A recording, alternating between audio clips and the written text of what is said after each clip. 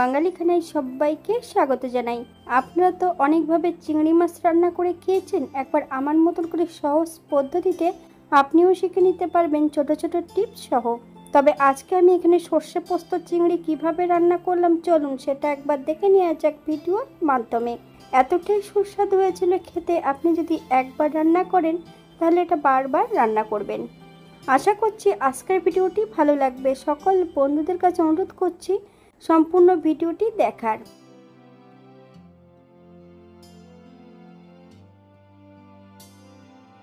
বাঙালি রান্না ঘরোয়া উপকরণ দিয়ে আপনাদের যদি রান্নাগুলো পছন্দ হয় তাহলে চ্যানেলটি সাবস্ক্রাইব করে দিয়ে পাশে থাকবেন। পাশে থাকা বেলটি বাজিয়ে দেবেন, নইলে নিত্য নতুন রান্নার নোটিফিকেশন পাবেন না।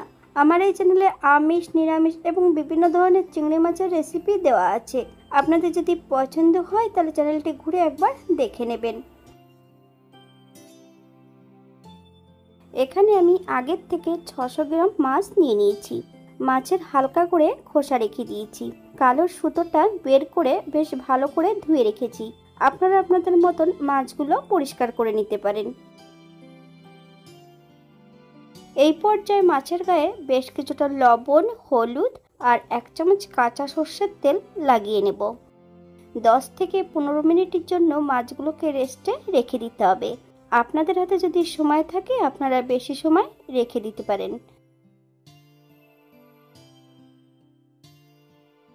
অপর দিক থেকে বেশ কিছুটা মশলা বেটে নেব।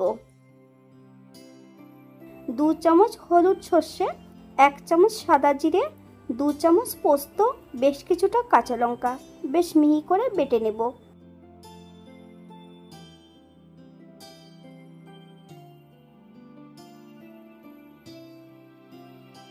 সম্পূর্ণ মশলাটা কিন্তু আমি এখানে বেটে নিয়েছি।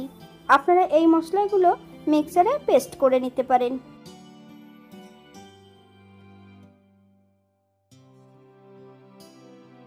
একটা কড়াইতে বেশ কিছুটা সর্ষের তেল অ্যাড করেছি। তেল গরম হওয়া পর্যন্ত অপেক্ষা করতে হবে।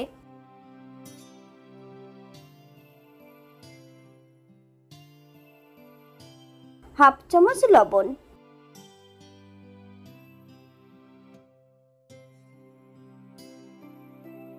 ম্যারিনেট করা সম্পূর্ণ মাছগুলো অ্যাড করে দেব কড়াইতে।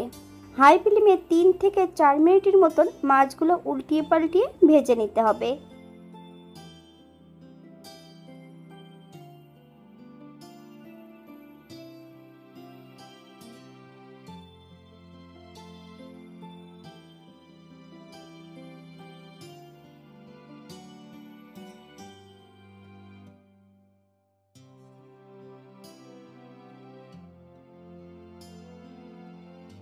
গ্যাসের ফ্লেমটা লোতে রেখে সম্পূর্ণ বাটা মশলাটা অ্যাড করে দেব। বেশ কিছু সময় লো ফ্লেমে রান্না করে নিতে হবে।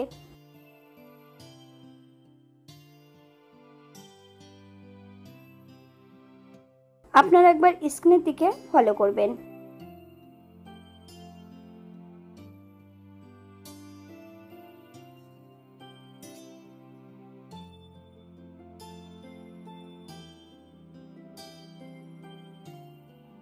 এখানে আমি গ্রেভির জন্য 1 কাপ জল অ্যাড করেছি। আপনাদের যতটা গ্রেভির প্রয়োজন আপনারা ততটা জল অ্যাড করতে পারেন। আমি কিন্তু জলের মধ্যে হলুদ গুঁড়োটা অ্যাড করে দিয়েছিলাম। 5 থেকে 7 মিনিটের মতন হাই ফ্লেমে রান্না করে নেব। বেশ কিছুটা কাঁচা লঙ্কা ফালি দিয়ে অ্যাড করেছি। আপনারা যদি পছন্দ করেন তাহলে পরিমাণে বাড়িয়ে দিতে পারেন।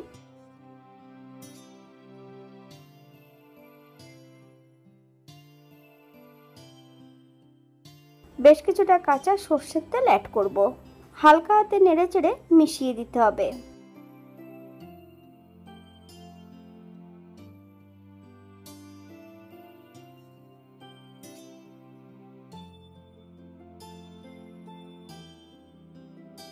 গ্যাসের ফ্লেমটা অফ করে দিয়ে 5 মিনিটের জন্য স্ট্যান্ডিং টাইম দিতে হবে। তারপর সার্ভ করব। এটা দেখতে যেমন ভারী সুন্দর হয়েছিল, এটা গরম ভাতে খেতে কিন্তু অসম্ভব ভালো হয়েছিল। আপনারা বাড়িতে একবার একই পদ্ধতিতে বানিয়ে নেবেন। এখানে যে আমি উপকরণগুলো অ্যাড করেছি আপনারা এর থেকে কম বেশি করে নিতে পারেন। পেঁয়াজ, রসুন বা অন্যান্য মশলা যদি পছন্দ করেন তাহলে অ্যাড করতে পারেন।